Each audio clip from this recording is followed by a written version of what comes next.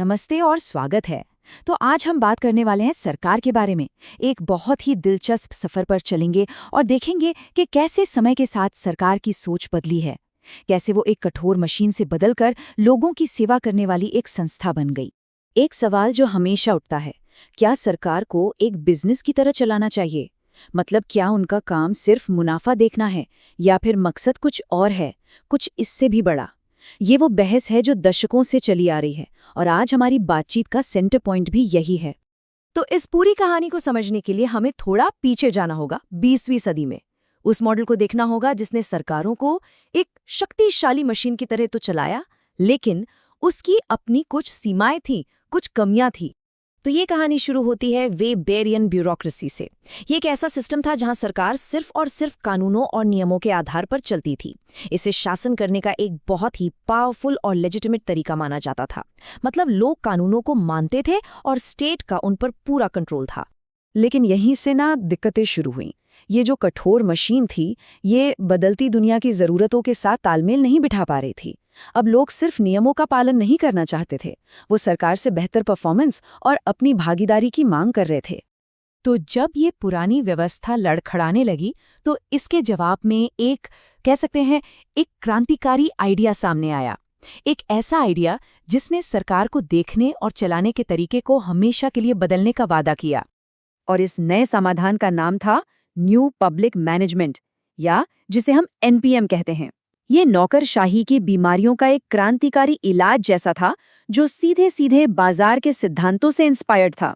इसका मूल विचार था कि सरकार को एक बिजनेस की तरह चलाया जाए, मतलब ज्यादा कुशल और रिजल्ट ओरिएंटेड। और ये कोई छोटा मोटा बदलाव नहीं था, ये एक बहुत बड़ा आइडियोलॉजिकल शिफ्ट था। सरकार और लोगों के रिश्ते की परिभाषा ही बदल दी गई। नागरिक अब सिर्फ शासित नहीं थे, वो ग्राहक यानी कस्टमर्स बन गए थे, जो सरकार से अच्छी सर्विसेज की उम्मीद कर रहे थे। एनपीएम ने कई बड़े बड़े वादे किए। इसने लोगों को बेहतर सेवाएं, ज्यादा विकल्प और उनके पैसे की पूरी कीमत देने का वादा किया।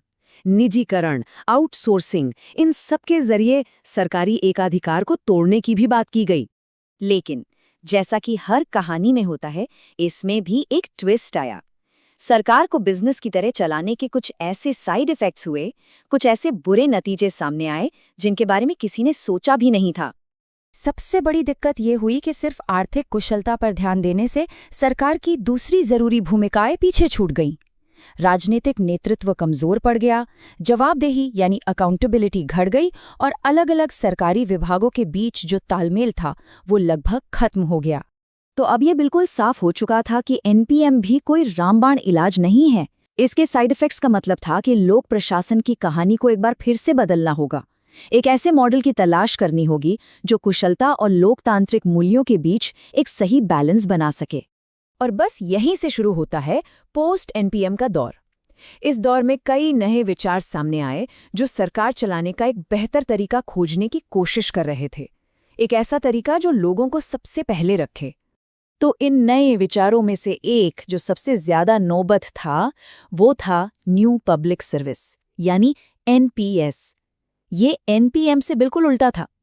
ये बाजार के बजाय सहयोग, सार्वजनिक हित और लोकतांत्रिक मूल्यों पर जोर देता था। यहाँ सरकारी अधिकारी सिर्फ मैनेजर नहीं है, बल्कि लोगों की मदद करने वाले सूत्रधार यानी फैसिलिटेटर हैं। अब ये स्लाइड जो है, ये दोनों मॉडलों के बीच का फर्क बहुत अच्छे से समझाती है। देखिए, जहां एनपीएम ने नागरिक को एक ग्राहक के रूप में देखा, वहीं एनपीएस उसे एक सक्रिय भागीदार मानता है। सरकार का फोकस भी बदल गया, वो सिर्फ संचालन से हटकर लोगों के साथ साझेदारी करने पर आ गया। और सबसे जरूरी बात, प्रेरणा, वो मुनाफे से बदलकर लोकतंत्र की सेवा करना हो गई। अच्छा, तो अब थोड़ा और आगे बढ़ते हैं और कुछ और मॉडर्न आइडियाज को देखते हैं। ये वो विचार हैं जो सरकार और समाज के बीच सहयोग पर जोर देते हैं। ये मानते हैं कि आज की जो जटिल समस्याएं हैं, उन्हें कोई एक संस्था अकेले हल नहीं कर सकती। सुशासन या गुड गवर्नेंस का कॉन्सेप्ट इसी सोच पर टिका है। ये मानता है कि सरकार को अकेले काम करने के बजाय प्राइवेट सेक्टर और सिविल सोसाइटी यानी आम लोगों के संगठनों के साथ मिलकर काम करना चाहिए, ताकि हर कोई समाधान का हिस्सा बन सके। ऐसा ही एक और अप्रोच है वोल ऑफ गवर्नमेंट या WGA। ये सरकार के अंदर का एक सुधार है। इसका सीधा सा मतलब है कि अलग-अलग सरकारी विभाग अपनी अपनी सीमाओं से बाहर निकलकर एक टीम की तरह काम करें ताकि उन बड़ी समस्याओं से निपटा जा सके जिन्हें कोई एक विभाग अकेले हल नहीं कर सकता। तो इन सब नए विचारों का मकसद क्या है आखिर? मकसद सीधा सा है, एक ऐसी शासन व्यवस्था बनाना जो ऊपर से आदेश देने के बजाय सहयोग पर आधारित हो। एक ऐसा सिस्टम जो आज की मुश्किल चुनौतियों का सामना करने के लिए ज़्यादा असरदार और लचीला हो।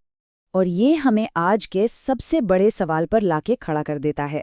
देखिए, सरकार का विचार कभी एक जगह स्थिर नहीं रहता, ये लगातार बदलता रहता है। आज के दौर में जहाँ क्लाइमेट चेंज है, वैश्विक महामारियां हैं, नई नई तकनीकें हैं, ऐसे में सरकार का अगला रूप कैसा होगा? ये एक ऐसा सवाल है जिसका जवाब हम सभी को मिलकर खोजना होगा। हमारे साथ जुड़ने के लिए शुक्रिया।